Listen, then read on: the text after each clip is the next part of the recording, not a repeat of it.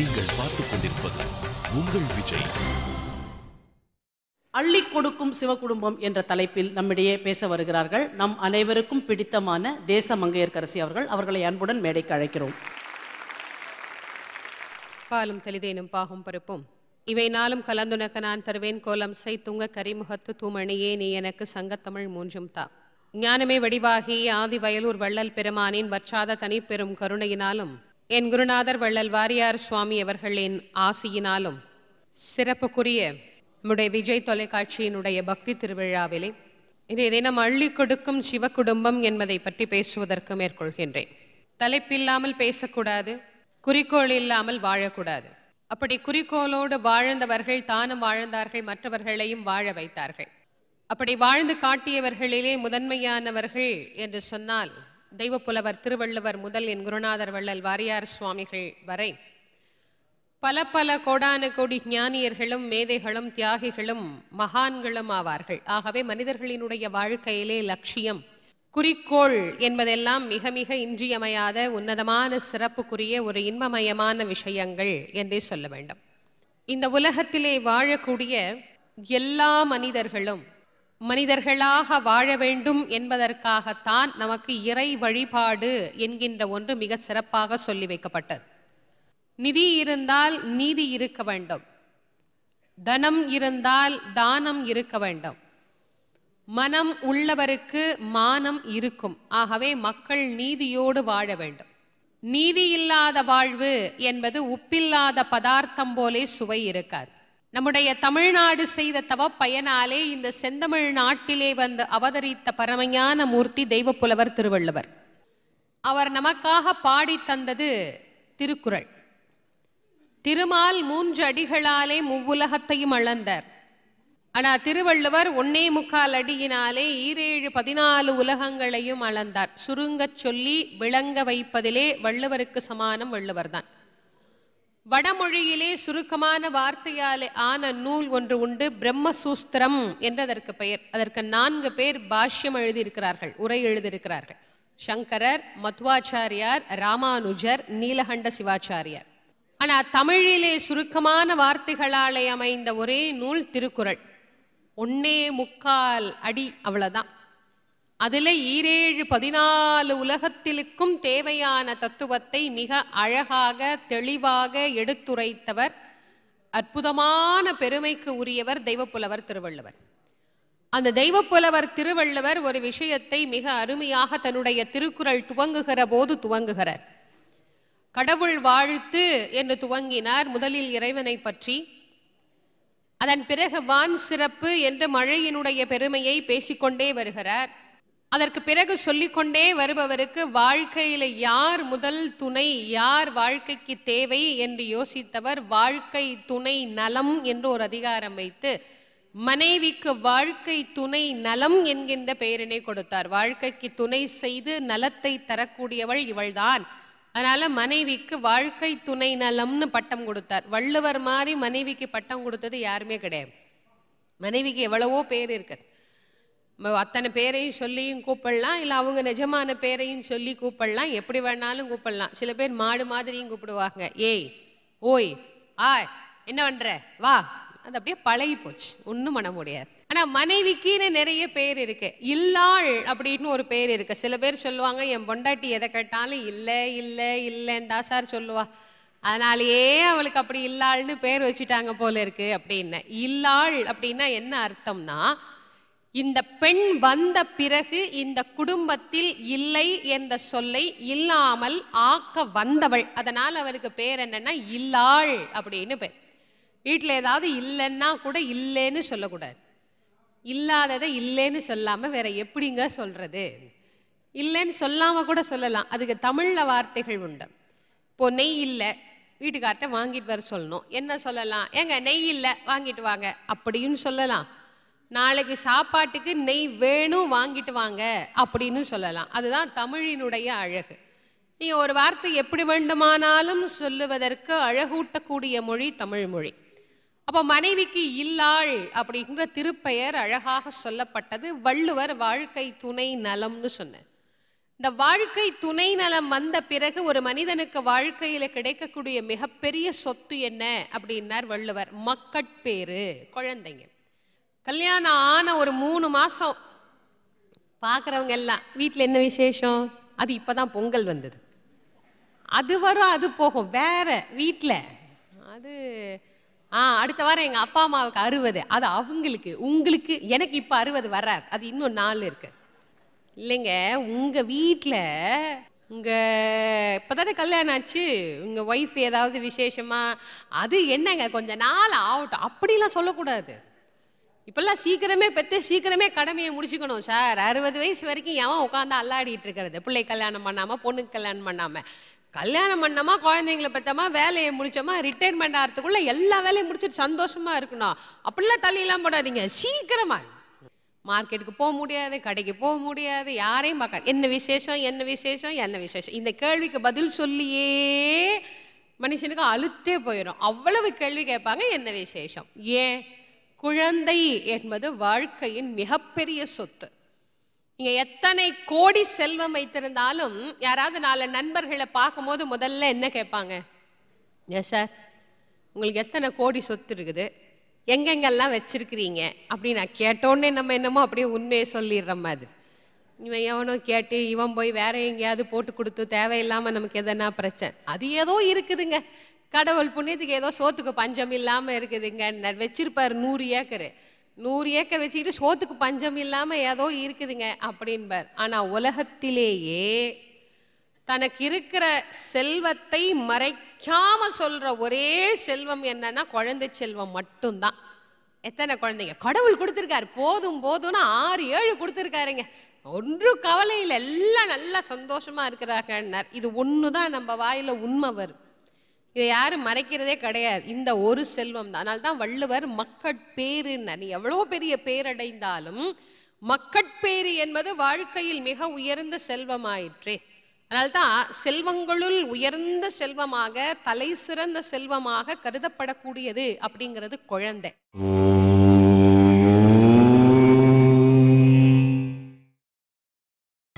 நீங்கள் பார்த்துக் கொண்டிருப்பது உங்கள் விஜய். ஒரு கணவன், மனைவி, குழந்தை, இது ஒரு குடும்பம். முதல்ல ஒரு குடும்பம் எப்படி இருக்கணும்? முதல்ல குடும்பம்னா என்னன்னா, குடு இன்பம், பிறருக்கு இன்பத்தை கொடுக்கணும், அதுதான் குடும்பம். பிறருக்கு துன்பத்தை கொடுக்கறதுக்கு பேர் கொடும் துன்பமா மாறிடும். அப்புறம் அது குடு இன்பமா இருக்காது. உங்களால முடிந்த அளவு இன்னொருவருக்கு இன்பத்தை கொடுத்து பாருங்கள். அந்த இன்பம் உங்களுக்கு மீண்டும் அந்த குடும்பத்தின் மூலமாக கிடைக்கும்.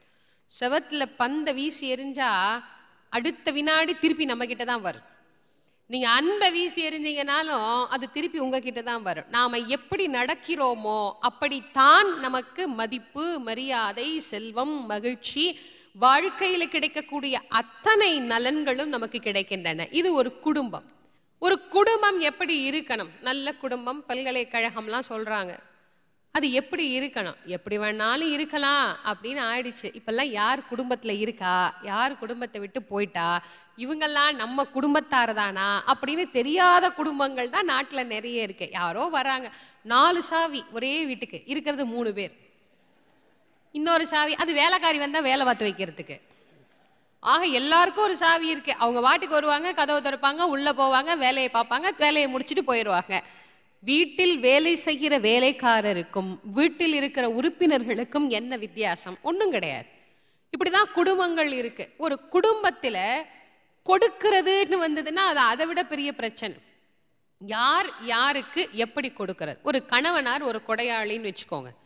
அவர் நல்ல தர்ம சிந்தனை உள்ளவர், தர்ம மனப்பான்மை உடையவர், நல்லா கொடுக்குறார் அப்படின்னா மனைவிக்கு பிடிக்காது. ஏயா சம்பாதிக்கிறதெல்லாம் அப்படி போகிற வரவனுக்கெல்லாம் அள்ளி அள்ளி கொடுத்துட்டு போயிட்டீங்கன்னா நாளைக்கு நானும் என் பிள்ளைங்கள என்ன நடு ரோட்டில் நிற்கிறதா? நீ வாட்டுக்கு கொடுத்துட்டு போய்கிட்டே இருக்கிற, யாரையா கேட்டு நீ கொடுக்குற?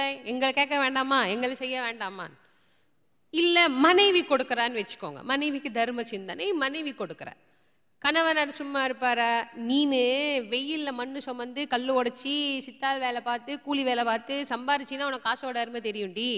வீட்டுக்குள்ள கம்முன்னு பேசாம உட்காந்துருக்கிறதுனால தானே மனுஷன் கஷ்டப்படுறது உனக்கு தெரியாது. போயிட்டு வரவனுக்குலாம் நீ பாட்டுக்கு அள்ளி அள்ளி கொடுக்குற. காசி போறேங்கிறான் அவனுக்கு கொடுக்குற, ராமேஸ்வரம் போறேங்கிறான் அவனுக்கு கொடுக்குற, அங்கே என்ன கும்பாபிஷேகம்னா அவனுக்கு கொடுக்குற. இனிமேல் கொடுக்குறனா நீ சம்பாரிச்சு கொடுத்துக்கோ, நான் சம்பாதிக்கிறதுலாம் எடுத்து கொடுக்காதே.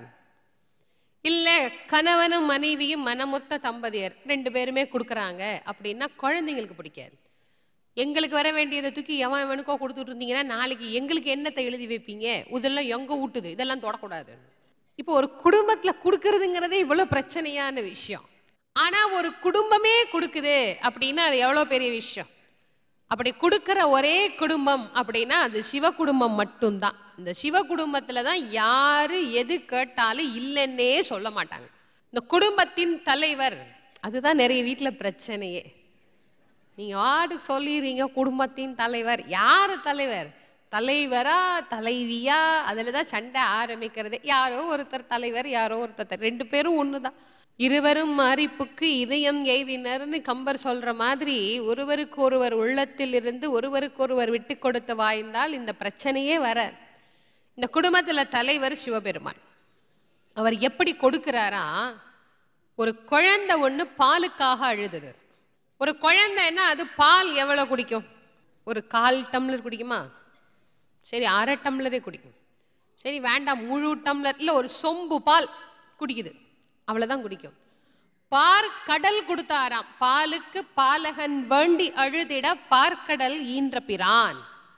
சில பேர் நினைக்கலாம் இந்த அம்மா கொஞ்சம் ஜாஸ்தியா தான் சொல்றாங்க, 1 டம்ளர் பாலுக்கு பால் கடலே கொடுத்தாரா, இது என்ன நம்புற மாதிரியா இருக்கு. அடியேன்னு சொல்ல வேண்டாம், இன்னொரு உதாரணம் சொல்றேன். ராமநாதபுரத்தை ஆட்சி செய்து கொண்டிருந்தார் மன்னர் பாஸ்கர சேதுபதி. இன்னைக்கு விவேகானந்தரை உலகமெல்லாம் தெரியுதுன்னா அதுக்கு முதல் காரணம் பாஸ்கர சேதுபதி தான். தனக்கு வந்த அழைப்பை அவருக்கு கொடுத்து அவரை மாநாட்டிலே கலந்து கொள்ள வைத்த பெருமை அவருக்கு தான் சேரும். நான் போனா என்னை யாருக்கு தெரியும், நீங்க போனா இந்த நாட்டையே உலகத்துக்கு வெளிச்சம் போட்டு காட்டுவீங்கன்னு அவர் அனுப்பி வச்சார். அதனால தான் இன்னைக்கு விவேகானந்தரை நமக்கு தெரியுது. இல்லைன்னா ராமகிருஷ்ண மடத்துல 10 சாமியாரோட 11வது சாமியாரா விவேகானந்தர் உட்கார்ந்துருப்பார். அவரை யாரும் உலகத்துக்கு தெரிஞ்சிருக்கார். இன்னைக்கு உலகத்திற்கு அவரை காட்டியவர் பாஸ்கர சேதுபதி தான். அவர் ஆட்சி செய்து கொண்டிருக்கிறார், மிக சிறப்பா ஆட்சி நடந்து கொண்டிருக்கு. அப்பெல்லாம் நல்ல நாள்ல மன்னரை போய் பார்க்கறது அப்படின்னு ஒரு வழக்கம் உண்டு. இப்பெல்லாம் நிறைய பேர் நல்ல நாள்ல தானே கோயிலுக்கே போறாங்க. நல்ல நாள் ஏதாவது விசேஷம்னா சாமி கும்பிடுவோம். ஏதோ இங்க ஒருத்தர் இருக்கிறார் பாவம், கோவில்னு ஒன்று இருக்கு, சாமின்னு ஒன்று இருக்கு, அப்படி போய் சும்மா அப்படி ஒரு எட்டி பார்த்துட்டு ஒரு தேங்காய் பழத்தை உடைச்சிட்டு அதை நம்ம தான் எடுத்துட்டு வர போறோம். அது அவங்களுக்கு கொடுக்குற மாதிரி இருந்தால் அதை எடுத்துட்டு போக மாட்டேன். நீ நல்லா இருக்கியா, நான் நல்லா இருக்கேன், நீ நல்லா இரு, நானும் நல்லா இருக்கேன், கிளம்பி வந்துடுவோம். நல்ல நாளில் தான் கோயிலுக்கு போகிற மாதிரி. அப்போ நல்ல நாட்கள், விசேஷமான நாட்கள், நாட்டில் ஒரு ஏதாவது திருவிழான்னா எல்லாரும் போய் மன்னரை பார்ப்பாங்க. அப்படி மன்னரை பார்க்கறதுக்காக ஒரு நீண்ட வரிசை நிற்கிது. அந்த வரிசையில் ஒருத்தர் வந்து நின்னார். காவல் பண்ணிட்டு இருந்த காவலாளி பார்த்தான், யோ ரோட்ல திரியிற பிச்சைக்கார பையன் உனக்கு உள்ள என்னடா வேலை அப்படின்னா. அவ்வளவுதான், அவனுக்கு அப்படியே தாரதாரையா கண்ணீர் வருது. மன்னர்கிட்ட போகும்போது அழுதுகிட்டே போறார். மகாராஜா பார்த்தார், ஏனப்பா அழற, உனக்கு என்ன கவலை?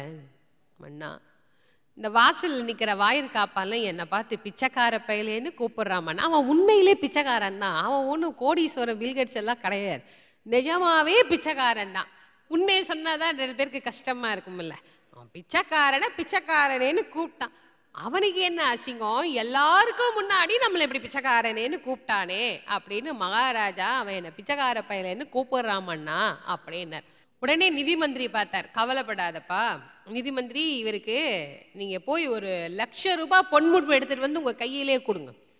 நிதி மந்திரி போனார். மன்னர் சொன்ன மாதிரி 1,00,000 ரூபாய் பொன்முடிப்பு எடுத்து கொண்டாந்து அவர் கையில கொடுத்தார். மகாராஜா சொன்னார், இந்த நிமிஷத்துல இருந்து நீ லட்சாதிபதி, இனிமே உன்னை யாரும் பிச்சைக்காரன்னு கூப்பிட மாட்டாங்க, சந்தோஷமா போ அப்படின்னார். எப்போ? விவேகானந்தர் இருந்த ஆண்டுல, கிட்டத்தட்ட 100 வருஷத்துக்கு கதை நான் சொல்றேன், முன்னாடி நடந்தது. பாஸ்கர சேதுபதி ஒருத்தர் அழுததுக்காக 1,00,000 ரூபாய் கொடுத்தாருன்னா, ஏன் உலகத்தையே ஆட்சி செய்து எல்லோருக்கும் கொடுக்கின்ற சிவபெருமான் ஒரு குழந்தை அழுததுக்கு பார்க்கடல் கொடுத்திருக்க கூடாது? பாலுக்கு பாலகன் வேண்டி அழுதிட பார்க்கடல் ஈன்ற பிரான்.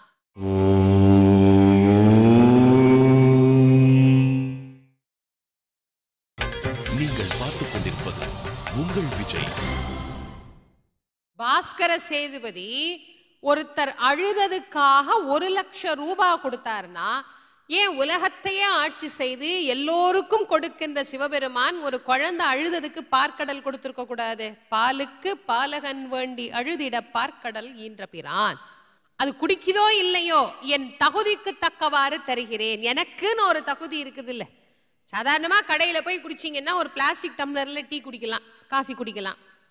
கொஞ்சம் நல்ல வீட்டில் போய் நம்ம குடிச்சோம்னா எவர் சில்வர் டம்ளர்ல கொடுப்பாங்க. ரொம்ப பணக்கார வீட்டில் போய் குடிச்சோம்னா வெள்ளி டம்ளர்ல தருவாங்கல்ல. அவரவருக்குன்னு தகுதி இருக்குது இல்லை. என் தகுதிக்கு தக்கவாறு நான் தருகிறேன். அள்ளி அள்ளி கொடுக்கறதுல சிவபெருமான் மாதிரி கருணாமூர்த்தி யாருமே இல்லை. எல்லாருக்கும் அள்ளி கொடுப்பார். அவர் கொடுத்த கொடை நம்மெல்லாம் வாழ்க்கையில சரியாக பயன்படுத்துகிறோமா? எல்லா வயசுலையும் இறைவன் நமக்கு ஒவ்வொன்றை சரியாக உணர்த்தி கொண்டே இருக்கிறார். இந்தந்த வயசுல யார் யாருக்கு எப்படி எப்படி இருக்க வேண்டும், உடல் மாற்றம், நடை மாற்றம், வயதிய மாற்றம் எல்லாம் பாருங்க. 40-45 வயசு ஆயிடுச்சுன்னா காதோரத்துல ஒரு 4-5 முடி நரைக்குது. அது நம்ம எல்லாம் என்ன நினைக்கிறோம்? நரை அது வயசுல வருது அப்படின்னு நினைக்கிறோம். அதுதான் கிடையாது. யமன் நமக்கு அனுப்புகிற முதல் லாயர் நோட்டீஸ் என்னன்னா நரை. சீக்கிரமா நான் வருவேன், இது வரைக்கும் குடும்பம், மனைவி, மக்கள், சுற்றம் பாடுபட்டதெல்லாம் போதும், இனி நான் ஒருத்தருக்க நம்மளை கொஞ்சம் நம்மளை கொஞ்சம் அப்படி கவனி அப்படின்னு சொல்றதுக்காக கடவுள் முதல் நோட்டீஸா நிறைய கொடுத்தார். ஆனா அது வந்த உடனே ரொம்ப பேர் வெக்கப்பட்டு டை அடிச்சு நிறைய மறைச்சிக்கிறாங்க. ஒருவேளை 2ஆம் தாரத்துக்கு பொண்ணுன்னு கிடைக்காதோ என்னமோ தெரியல. முந்திதான் பரவாயில்ல, ஆண்கள் தான் அடிச்சுக்கிட்டு இருந்தாங்க. இப்பெல்லாம் பெண்கள் கூட. இன்னைக்கு ஒரு அம்மா சொன்னார், அவருக்கு 75 வயசு, வயசு 75. பேசிட்டு இருக்கும்போது அந்த அம்மா சொன்னாங்க, எனக்கு இப்போ கொஞ்சம் வயசான மாதிரி தோணுதுமான்னார். எப்போ? 75 வயசுல வயசான மாதிரி தோணுதுன்னார். அப்ப எப்போ வயசாகும்னு எனக்கு தெரியல. அதனால இளமையை எல்லாரும் இளமையாவே ஏத்துக்கிறோம். யாருமே அதை மறைக்கிறதே கிடையாது. ஆனா முதுமைனா என்னமோ தெரியல, நம்ம நினைச்சிடறோம் இது அப்படியே மறைச்சு கடவுளை ஏமாத்திரலான்னு. நம்மளுக்கே இவ்வளோ மூளை இருந்தா நம்மளை படைச்ச கடவுளுக்கு எவ்வளோ மூளை இருக்கும். அவர் அடுத்து ஒரு நோட்டீஸ் விட்டார். கண்ணுக்கு புத்தகத்தை நல்லா இப்படி வச்சு படிப்பார். ஒரு 47 வயசுல என்ன பண்ணுவார்? அப்படியே கொஞ்சம் தள்ளுவார். என்ன அர்த்தம்? நீ தள்ள வேண்டிய விஷயம்லாம் நிறைய இருக்கு, எல்லாத்தையும் தள்ளுப்பான்னு அர்த்தம். அதையும் கேட்கறது இல்லை. அதுக்கு ஒரு கண்ணாடி வாங்கி மாட்டிக்கிட்டு அதையும் கிட்டக்கையே வச்சு படிக்கிறார். காதுக்கு ஒரு நோட்டீஸ் விட்டார், அதுக்கு ஒரு மிஷின் வாங்கி வச்சுக்கிட்டார். பல்லுக்கு நோட்டீஸ் விட்டார், பல் டாக்டர்கிட்ட போய் பல் செட்டே கட்டிட்டு வந்தாச்சு. என்னடா என்னத்தை கொடுத்தாலும் இந்த பையன் சமாளிக்கிறானேன்னு கடவுள் கடைசியா ஒன்றை கொடுத்தார். என்னன்னா நடுக்கம். கைகாலெல்லாம் நடுங்கும், தலை ஆடும், வார்த்தை தெளிவில்லாமல் வரும். உலகத்துல எந்த மூளையிலையாவது இது வரைக்கும் இதுக்கு மருந்து கண்டுபிடிச்சிருக்காங்களான்னா கிடையாது. அங்கங்க ஆணி அடிச்சியா நிப்பாட்ட முடியும், இல்லை கயிறு கட்டி இழுத்து வச்சுக்குவா முடியும், ஒன்றும் பண்ண முடியாது. அதனால்தான் ஒரு கவிஞர் ரொம்ப அழகா பாடினார், ஒரு பொம்மலாட்டம் நடக்குது, ரொம்ப புதுமையாக இருக்குது. 4 பேர் நடுவிலே நூல் ஒருவன் கையிலே. அவன் ஆடுறான், நாமெல்லாம் ஆடிட்டு இருக்கோம். ஒழுங்கா ஆடினா போதும். நம்மெல்லாம் ஓவரா ஆடினோம்னா கொஞ்சம் வேகமா பிடிச்சி இழுத்துறாரு. அதான் ஆட்டுறதுக்கு ஒருத்தர் இருக்கிறானே, அப்புறம் நம்ம வேற ஏன் ஆடுவானே. அழகா நம்மளை இப்பப்போ இது மனிதர்களுக்கு தேவை என்று நேரமறிந்து இடமறிந்த தாயை விட கருணையா. ஒரு தாய்க்கு தாங்க தெரியும் உலகத்துல எத்தனையோ உறவுகள் இருந்தாலும் உறவுகளிலேயே உன்னதமான உறவாக சொல்லப்படுவது தாய். பிரதிபலன் எதிர்பார்க்காது சேவை செய்கின்றவள் தாய் ஒருத்தி மட்டும்தான். பையன் கொலகாரனாகவே இருந்தாலும் ஊரே சொல்லும் இவன் கொலகாரன்னு, பெத்த தாய் தான் சொல்லுவா என் பையன் நல்லவன் தான், ஏதோ ஆத்திரத்துல தெரியாம பண்ணிட்டான், அவன் திட்டம் போட்டு பண்ணியிருப்பான். ஆனா பெத்த தாய் சொல்லுவா ஆத்திரத்துல தெரியாம பண்ணிட்டாட்னார். உலகத்தில் எந்த உறவை விட்டாலும் தாய் தந்தை உறவை விடக்கூடாது. தாய் தந்தை உறவு என்பது உன்னதமான உறவு. இன்னைக்கு நிறைய பேருக்கு சொல்லிக் கொடுக்க வேண்டியதா இருக்குது. தாய் தந்தை யாரு, அம்மா அப்பான்னா யாரு, இந்த உலகிற்கு நாம் வருவதற்கு மூல காரணம் அவர்கள் தான். தாய் தந்தை இல்லைன்னா நம்ம கிடையாது. அந்த நன்றி உணர்வு இருக்கின்ற ஒரு மிகப்பெரிய குணம் மனிதர்களுக்கு வரும். அந்த தாய் என்ன பண்ணுவாளா, தன் குழந்தைக்கு என்ன தேவை, எப்போ தேவை அப்படிங்கிறத குழந்தை சொல்லாமலே தெரிஞ்சு கொள்வாளாம். ஆனா அந்த தாயை விட கருணையான ஒருத்தர் உண்டுன்னா அது இறைவன் தானா. பால் நினைந்து ஊட்டும் தாயினும் சாலப் பரிந்து பாவியனுடைய ஊனினை உருக்கி உள்வழி பெருக்கி உலப்பில்லா ஆனந்தமயமாகிய தேனினை சொரிந்து திகழ்புறம் திரிந்த செல்வமே சிவபெருமானே, யான் உன்னை தொடர்ந்து சிக்கன பிடித்தேன் எங்கெழுந்தருளுவது இனியே அப்படின்னு. எல்லாருமே கடவுளை கும்பிடுறோம். இப்ப எல்லாரும் கடவுளை வணங்குறாங்க, எல்லாரும் கோயிலுக்கு போறாங்க, எல்லாரும் பக்தி பண்றாங்க. ஆனா சரியான முறையில் இதெல்லாம் போய் கொண்டிருக்கிறதா? அதைத்தான் நம்ம யோசிக்கணும்.